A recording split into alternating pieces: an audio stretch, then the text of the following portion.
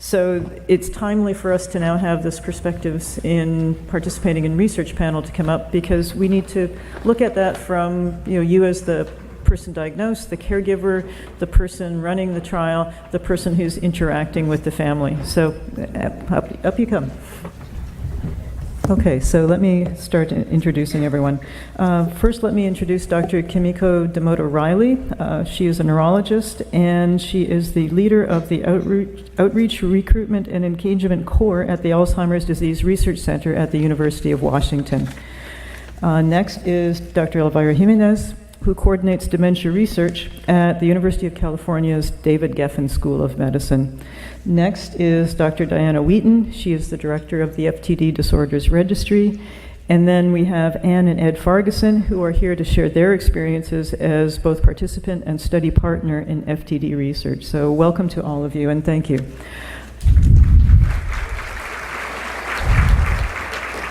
Right, and now I'd like to invite Dr. Domoto-Reilly up to the podium.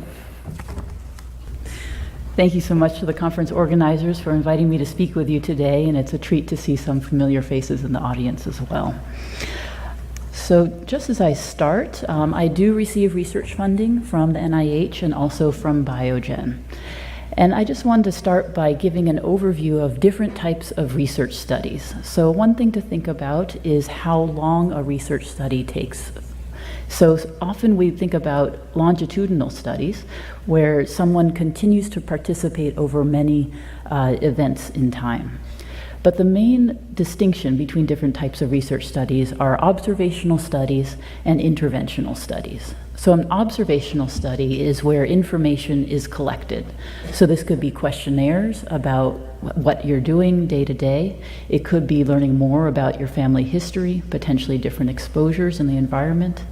There's often also cognitive testing that is performed, and then different physical and neurologic examinations. So that's collection of information, and there can also be collection of biospecimens. So this could include blood draws.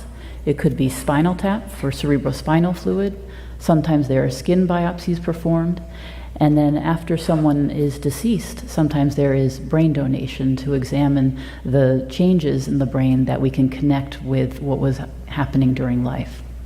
In contrast to an observational study are interventional studies, and this is what we commonly think about as a clinical trial. So participants in clinical trials are administered some sort of investigational treatment. So this could be a drug, something that you take as a pill or that's injected intravenously. Different interventions can also be cognitive training. So there could be speech therapy or different types of brain games. Those are also interventions. And then there are other types of interventions such as transcranial magnetic stimulation, which is a non-invasive stimulation of the brain waves. In these interventional trials, often some portion of the participants are given a placebo or a sham treatment. So they may also be receiving pills, for example, but the pills don't have an active ingredient. And this is so that the researchers can compare change over time in someone who is taking the intervention versus those who are not taking the intervention. And many of these studies do require that someone have a co-participant, so that there's someone who knows them well and continues to see them on a regular basis, and that person can provide input on whether there is change over time.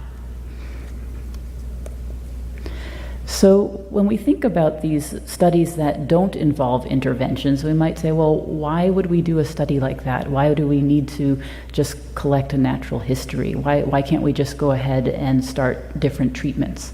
Well, that's because we need to develop measures specific for FTD. A lot of the studies that have been going on so far have been using measures that were developed for Alzheimer's disease. As I'm sure many of you know, this is a different disease. We can borrow some of those measures, but there is a great need to develop measures that are specific for FTD. So this involves developing cognitive and behavioral scales specific for FTD, and also trying to find measurements in biofluids that are specific to FTD. So this could include the blood draw or cerebrospinal fluid, because it would be a huge breakthrough, for example, if we were able to develop a blood test that could diagnose somebody with FTD. We don't have that right now. Other measures that could be specific for FTD include structural imaging, such as MRI, functional imaging, which includes FTD PET and functional MRI, and then you heard a little bit from Dr. Mendez about molecular PET imaging to tag those specific collections of proteins in the brain. You may have heard about something called a biomarker, which is a biological marker, and that's a characteristic that we can measure.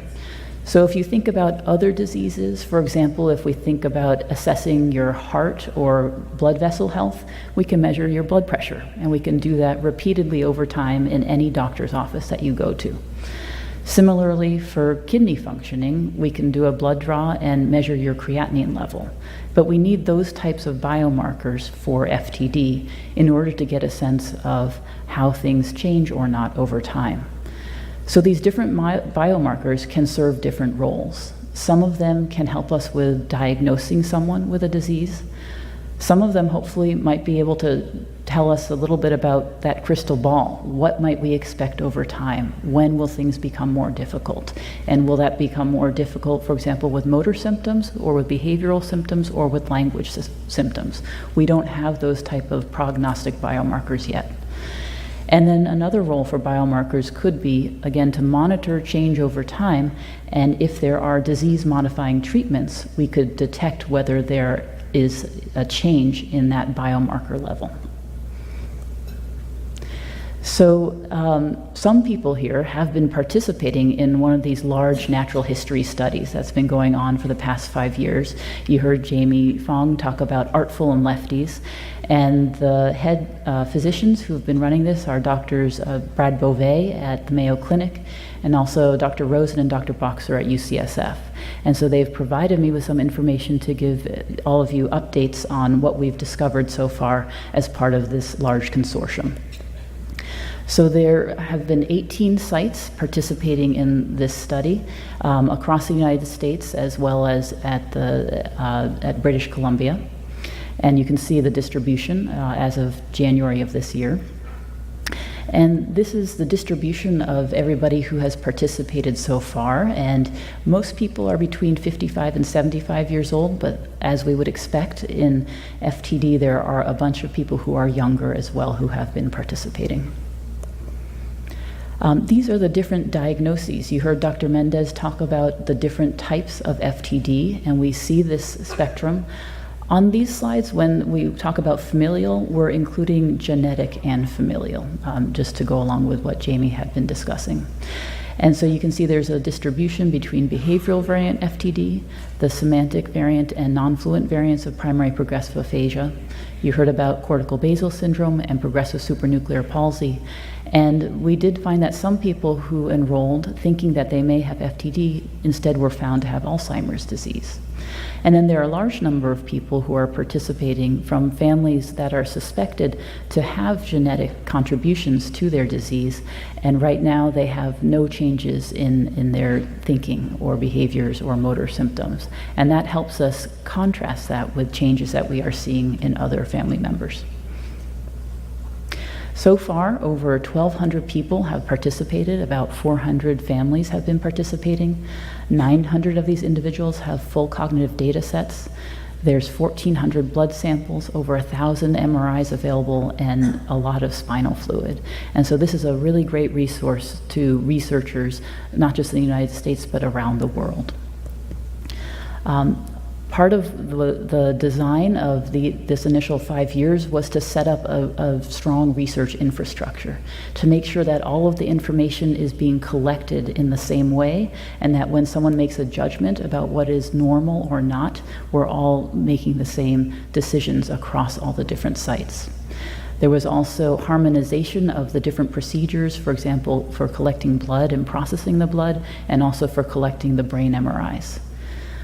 With the new cognitive measures, we had to come up with new scores, again, to figure out what is normal for different ages, for example. And there was also a new instrument to characterize functional abilities in FTD, which looks not just at cognitive abilities, but also motor functioning and behavioral functioning. So some of the findings were that on cognitive measures, there's a lot of similarity between someone who carries a gene that is causing FTD and those that have no gene. So that suggests to us that everybody can participate in clinical trials, and the information can be across both genetic FTD and sporadic FTD. There's some computer testing, which seems to be a good tracker of disease burden in individuals who don't have any readily detectable symptoms yet in familial FTD or genetic FTD. In terms of the different genes and biofluids, there were some new genetic variants that were identified, and there does seem to be a new biofluid marker, neurofilament light chain, NFL, which we can measure in both the blood and the cerebrospinal fluid, and it can help us to predict longitudinal change. And then for genetic FTD and familial FTD, we have looked at maps of brain atrophy, which can help us predict when someone might progress further in their cognitive impairment. Also looking at the rates of volume loss can change as someone gets further into the disease process. And again, it seems like there can be biomarkers on the brain volumes that can help us with detecting disease change over time, even if somebody has no clinical symptoms. Okay. So again, we're trying to understand the natural history of the disease. We're trying to calibrate our tools for monitoring the disease, and we're looking at risk factors, but also genetic protective factors. So if we think about progression of symptoms in FTD over time, there is a gradual decline in cognitive and or behavioral and or motor functioning. And so we think about, in general, someone may have no symptoms. Over time, they may develop mild symptoms, and then eventually moderate to severe symptoms. Underneath those clinical changes, though, those abnormal protein accumulations are occurring in the brain. And by the time someone has developed mild clinical symptoms, there often is quite a heavy burden of those abnormal protein tangles.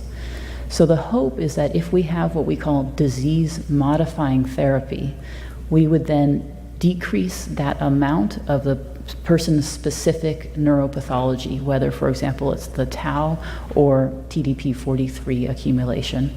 And if we can decrease that neuropathologic burden, then we can decrease the symptoms, and someone may live a long and healthy life with no or very mild symptoms. So just wanted to thank everybody who has participated in research so far, both the persons living with FTD and the people who accompany them to the visits. We are hoping that we'll be able to continue this study in the next 5 years with something called All FTD, but we're waiting to hear about the funding. So thank you.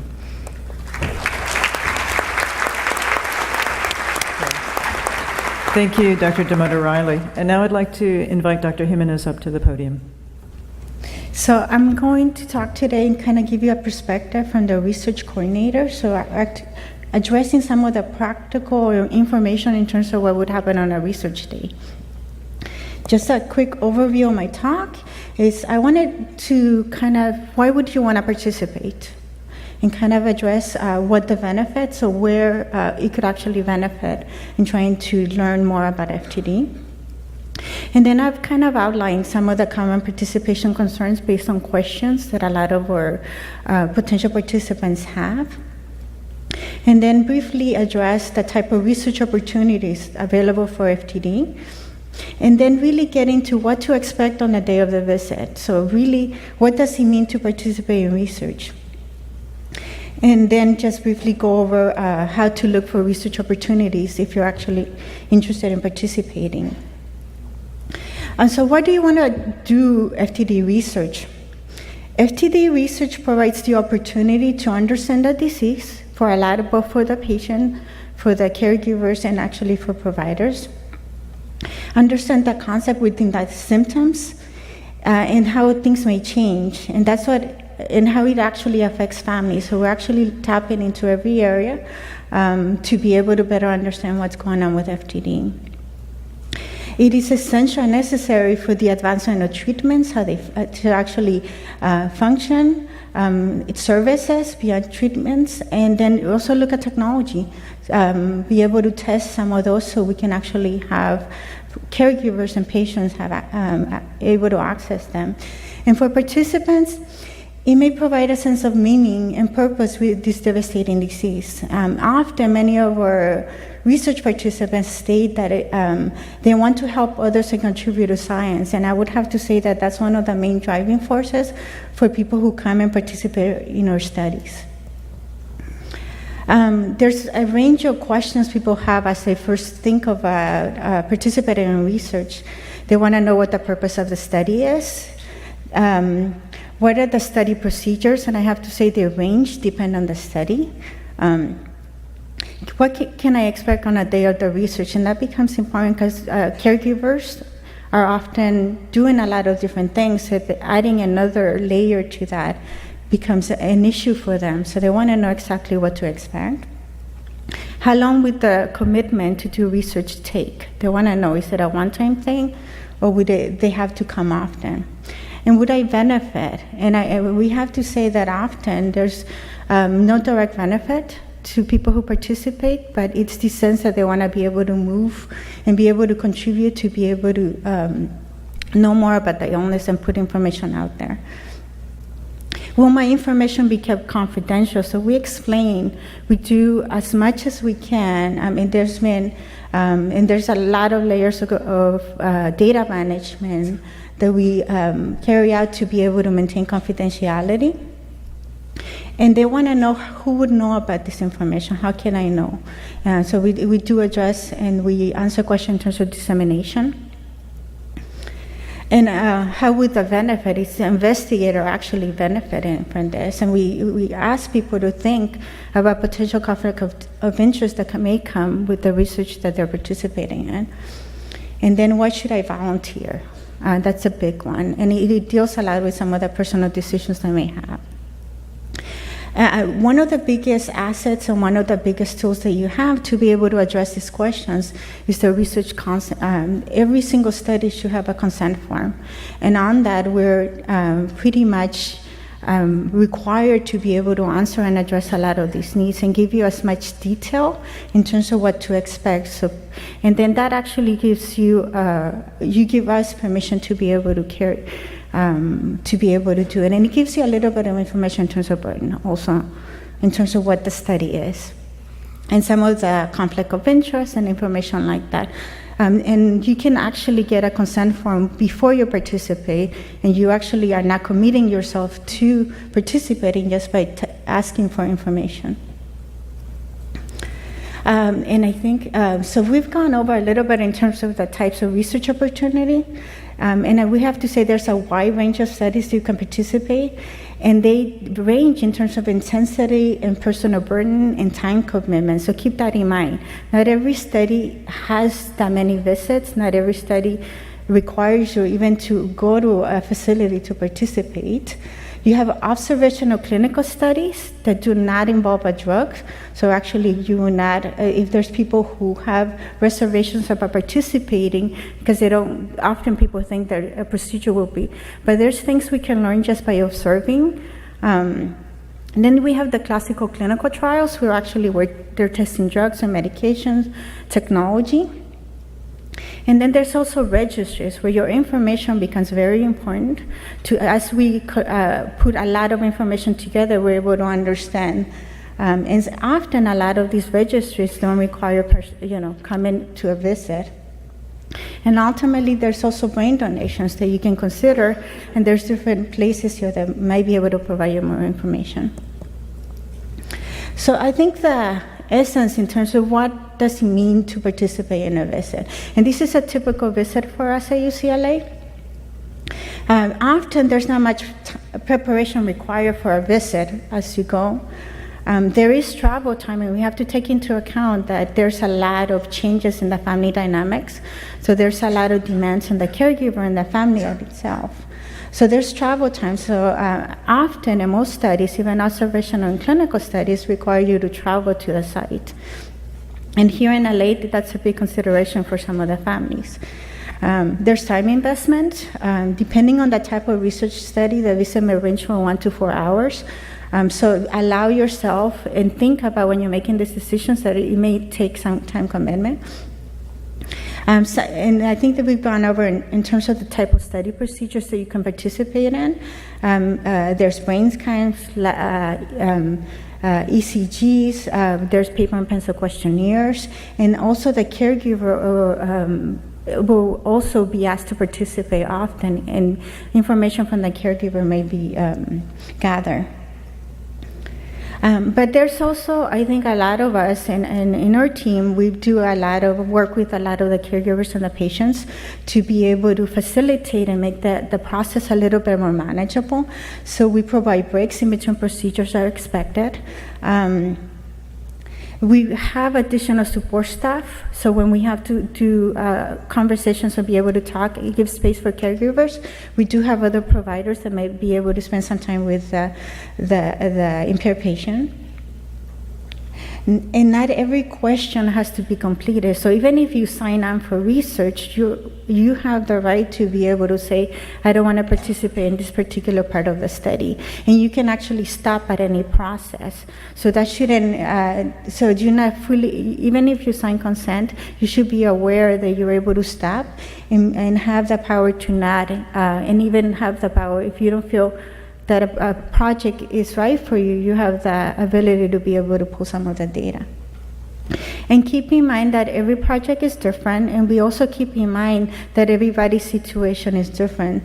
So there's a lot of effort made to be able to tailor the study visits and some of the data collection based on the needs of that particular individual. How do you find and how do you start wondering in terms of how do you find research opportunities? These are some of the key places that a lot of people are able, particularly with this illness. With FD, you can ask your provider. We get a lot of providers finding ways for people to participate. Clinicaltrials.gov is another great source. It lists at this point, it lists almost every study in this area. So it's a good place to start, and we often get a lot of referrals. Then the Association of Frontotemporal Dementia, so you look, and there's just, people are targeting research institutions that are working with this population. And there's also community events, so we've gotten referrals from there. Less often, but the first thing people do is look at the internet, so that there's places there, and then the support groups. We've noticed that people within the same support groups are actually coming to us and trying to engage in research. This is just an overview in terms of what we're doing at UCLA. So we do have a few. We're starting off an interventional study, so we'll be testing a new medication for FTD. It's a hormone. And then we participated in ARFO also, so keep in mind that a lot of these institutions are actually working together to be able to put information together, so we have enough information to be able to draw conclusions from that information. We're just finishing up an observational study with Biogen, which may lead to maybe potentially try out medications that may become available for FTD. And then we have, I think the ARFO is transforming into a potential additional observational study. We also have other research opportunities that as caregivers may participate as normal controls that are looking at illnesses, and we're often tapping in new cohorts to be able to understand and give more opportunities and be able to better understand the FTD. And that's what I have. Thank you.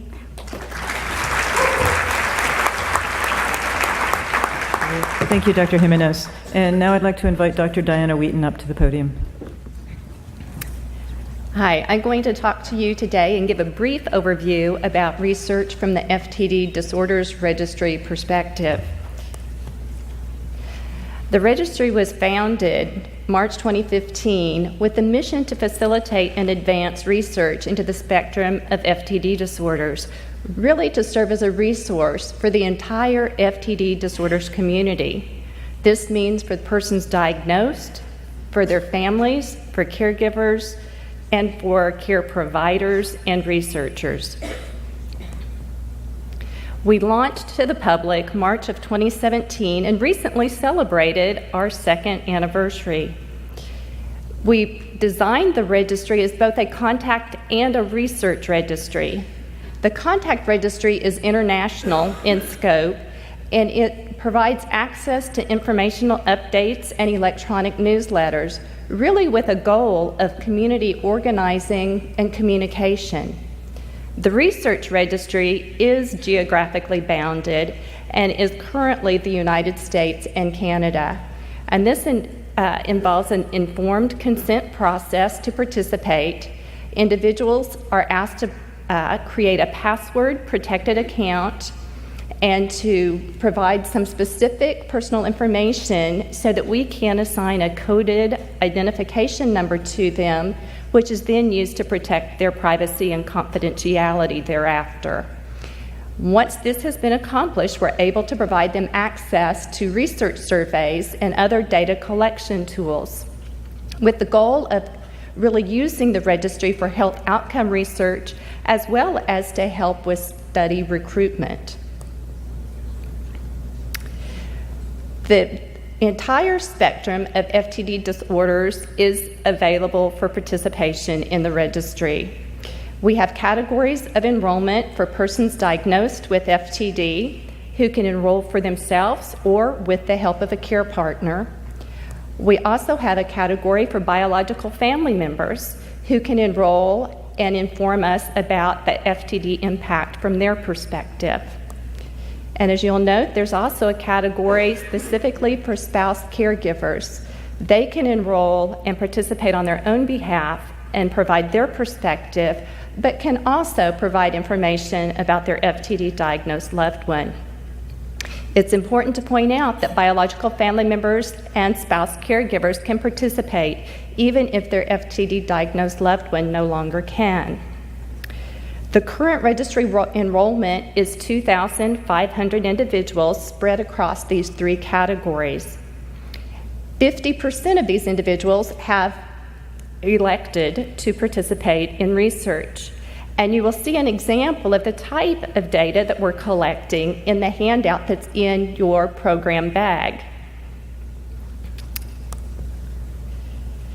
The registry actually provides a unique opportunity to participate in research.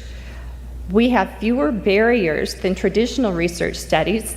You'll note we have broad enrollment groups, and participation in registry research doesn't interfere with your ability to participate in other studies. And you can participate from home, which can be incredibly important because travel can be very difficult. The benefits are numerous, but one of the biggest ones is the fact that it gives you a voice. You can stand up and be counted and provide your perspective of the FTD impact on yourself and on the rest of your family. In turn, you're informing us specifically from your perspective, and we can use this information to help contribute and advance the science. So now here's the shameless plug. The registry is an online database, and that's our website. You can visit us if you haven't already done so. The key take-home message is that participation has the power to make a difference, and we really hope you'll join us and tell your story. And I invite you to come visit me at the table out in the lobby. I'll be happy to answer your questions, and we'll be there throughout the day. Thank you very much.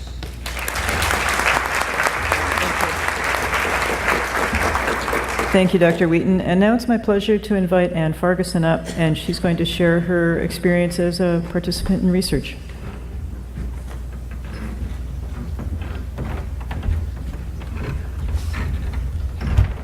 Good morning.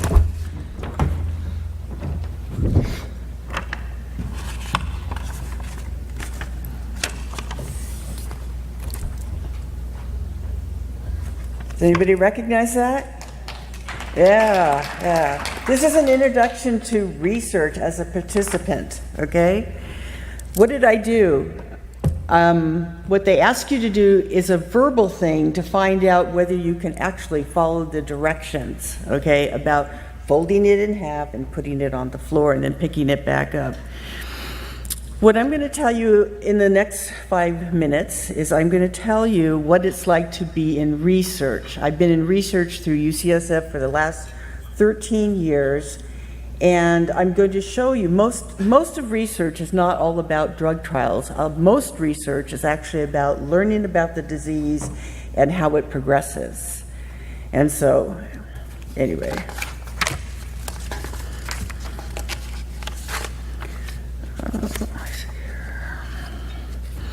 When I go to UCSF, they give me a schedule. I know you can't see this, but they give me a schedule. It's the whole page.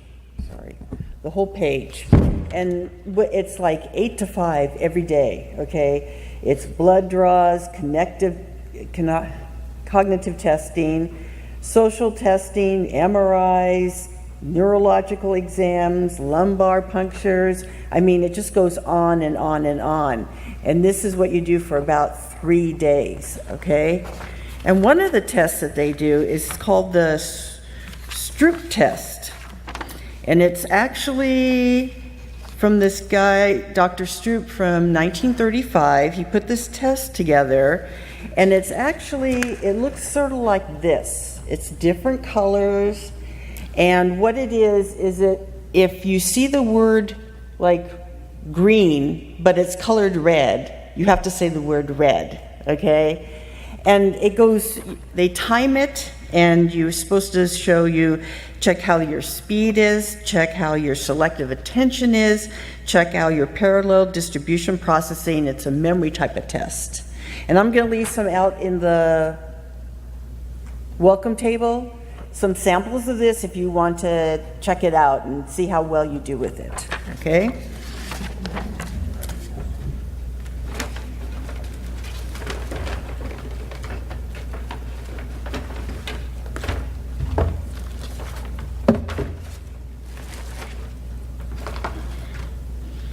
This here is called the Tower of Hanoi. This is a test that they do. Some of these tests I'm going to show you, they don't do anymore. This is one of them, okay? And the idea is you have 3 dowels here, and you're supposed to move this whole thing here over to this dowel here, but not put a big one on top of a small one. You can't do that. You have to negotiate moving things over. And what this does is it has to do with executive thinking, okay? Can you think about it? Can you plan it, okay? It's not as easy as it looks, okay? Then they also do socialization checking, okay? And I'm going to show you one. Nadine, yeah, we're going to show you one. Okay, I'm going to have you stand right here, okay? I'm going to have her stand right here, and then I'm going to ask you to come as close to me as you think you're comfortable with, okay? And then I'm going to measure you, okay? I'm a pretty huggy person. So you're not comfortable? Yeah, I'm not comfortable. I'll move back just a little bit. Okay. Okay, let's see here. Yeah, okay, thank you. Okay. She did 2 feet 2 inches. And what this socialization test tells you, a lot of people who have FTD have no filters, and they also have no socialization of personal space. And so they'll do these measurements like this to find out, because if you're like a family and friend type of person, you would be like 1.5 feet to 3 feet, okay, close enough, okay? And if you are a stranger, it would be more like 4 feet away, okay? And so, and they also use that same measurement test to find out whether you know about spatialness. So it's like you would use that same machine thing and put it to a wall, and then they'll ask you how far away is that wall, so you can see if they can tell spatialness too. Okay. Okay. The last thing is this little food thing here. You know this one, Jamie? They don't do this one anymore. They bring you trays of food like this. It's a taste test.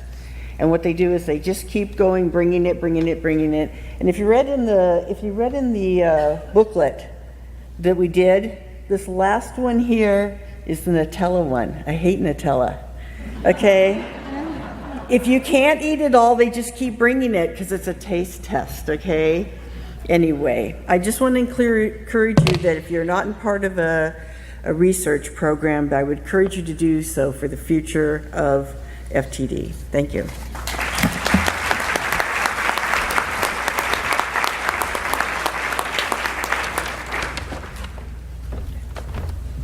I'm not sure if I failed the social test. So now I'd like to invite Ed Fargusson up to share his experience as the care partner in research. Thank you, everybody. I think one of the points that came out to me when Dr. Mendez was talking, surrounding FTD, there's a word that comes up often, and that's loss. We lose a lot in FTD. The patient loses brain cells. There can be a loss of jobs, loss of relationships, friendships, loss of family relationships. I've attended a number of support groups throughout the years, and loss is a common topic that we talk about. One of the reasons why I like the fact that we participate in research is that it gives an opportunity to flip that script a bit. The reality is that as Dr. Jimenez pointed out, you don't gain a lot from the research directly. It's not like you get something that helps you immediately or in your particular situation. But what it does do is it allows you to make a contribution to something bigger than yourself.